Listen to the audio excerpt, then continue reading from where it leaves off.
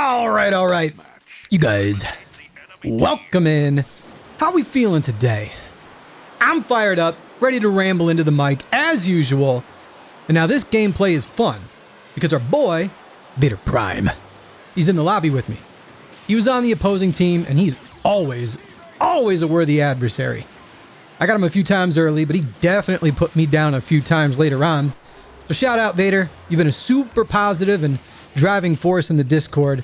And if any of you guys want to be a part of that as well, there's a link to the Discord down in the description. But hey, let's jump right in because I want to get back to answering some of the comments that you guys left on my last video.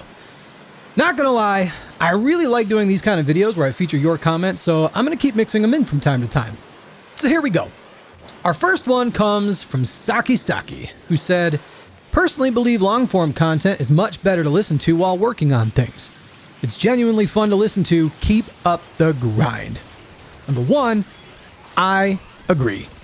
I listen to Call of Duty commentaries all the time when I'm driving in the car, and two, I'm absolutely going to keep up the grind. This is seriously just the beginning. We've got Reactivate on the horizon, and whenever they finally drop it on us, there's gonna be a lot to talk about. Next, we've got a couple of comments that touch on the same thing and kind of go hand in hand. Ravika the Devil Hunter, 6829, says, I wonder if there's going to be DLC characters that you can play at some point. And Desired for You says, I really hope they add more Cybertronians to Transformers Reactivate like RC, Barricade, Dead End, Sideswipe, and maybe, just maybe, they'll add skins. Honestly, I feel like this is definitely going to be a thing. The game is supposedly supposed to be free to play, and they have to make money somehow. So I'd be shocked if there weren't battle passes and premium content bundles that we'll have available to purchase if we choose. They would make a killing if they slowly release different skins and characters from different universes over the life of the game. I just hope that any optional DLC that we pay for is cosmetic only. I personally just don't want to see any pay-to-win situations. Now our next comment comes from Mike the Nerd 4525, who asks, will Transformers Reactivate have campaign too, or will it just be multiplayer only? Now I would be absolutely shocked if it released without a campaign. I mean, just look at the original reveal trailer. That's an insane story just waiting to be told. They went out of their way to sneak a decent amount of Easter eggs and lore in there, and it certainly wasn't by accident. A Dark Wind 4712 says, still want a War for Cybertron, Fall of Cybertron multiplayer style game if Reactivate is solely PvE. Even if, at least at first, it's just bringing those multiplayers back. I feel you on that one. I don't know how that's all going to shake out. I really hope there's a competitive multiplayer aspect to Reactivate, but if not, it would be interesting to see what they do or don't do with the Cybertron games.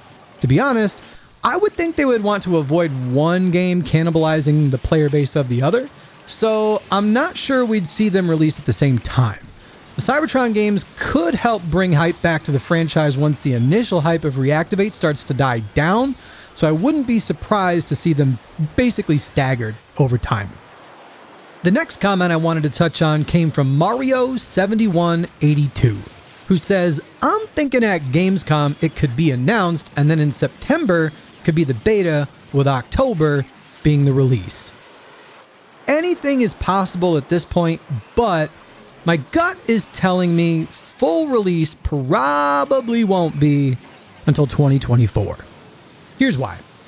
There's one key word on the official website, and it's the part where they say a closed beta is planned for 2023. Keyword being closed. I feel like the closed beta will be played by a certain small subset of players that they invite, and then there'll be another stretch of downtime while they collect data from that closed beta, data from the beta, and then make changes and adjustments based off of the data they collected. From there, I feel like the next step would be an open beta in which a much larger player base is invited.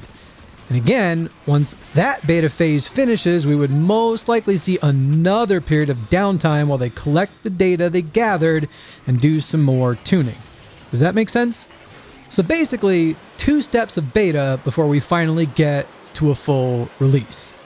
But those are just my thoughts. I could be entirely incorrect. All I know is I want to be in all the betas. But now our last comment comes from an absolute Midwestern legend, none other than my homie, Big Thatch, who says, "Watch party, LFG." He also coincidentally says, "Make sure to hit that subscribe." I'm sorry, Thatch. My guy. You know I had to do it to you.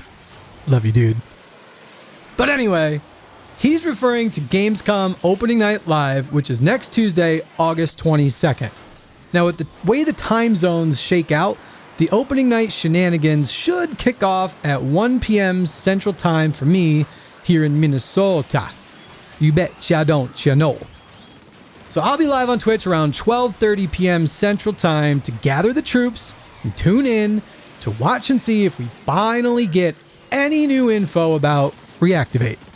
So if you haven't already, pop down in the description below, drop a follow on Twitch using the link I have provided. Live streams have been absolutely lit, and you guys always find a way to keep a smile on my face. And while we're on the topic of streams, I think we can actually squeeze in one more comment from Ice to Meet You 6220, who says, "Love the content, dude. The gameplay is amazing, and the stream on Twitch was super fun to watch, and I hope you keep doing it." Bruh. I'm definitely going to keep the streams coming. Don't you worry about that. Thanks for the kind words about the gameplay, and trust me, it's been an absolute blast for me too. What I'd like to do in the future is see if we can't set up certain nights where we all get together and jump on War for Cybertron or Fall of Cybertron at the same time, so that the lobby is nice and full. Maybe do different nights for each game. I'm going to put some more thought into that, so stay tuned. And with that, folks, we have officially run out of time on this one. I appreciate the love y'all have shown me so very, very much. But until the next time I get to see your beautiful faces through the power of the interwebs. Y'all know the deal. Always wash your hands when you want to eat, but always keep them dirty enough to see where you come from. Think about that until I catch you on the next one. Peace.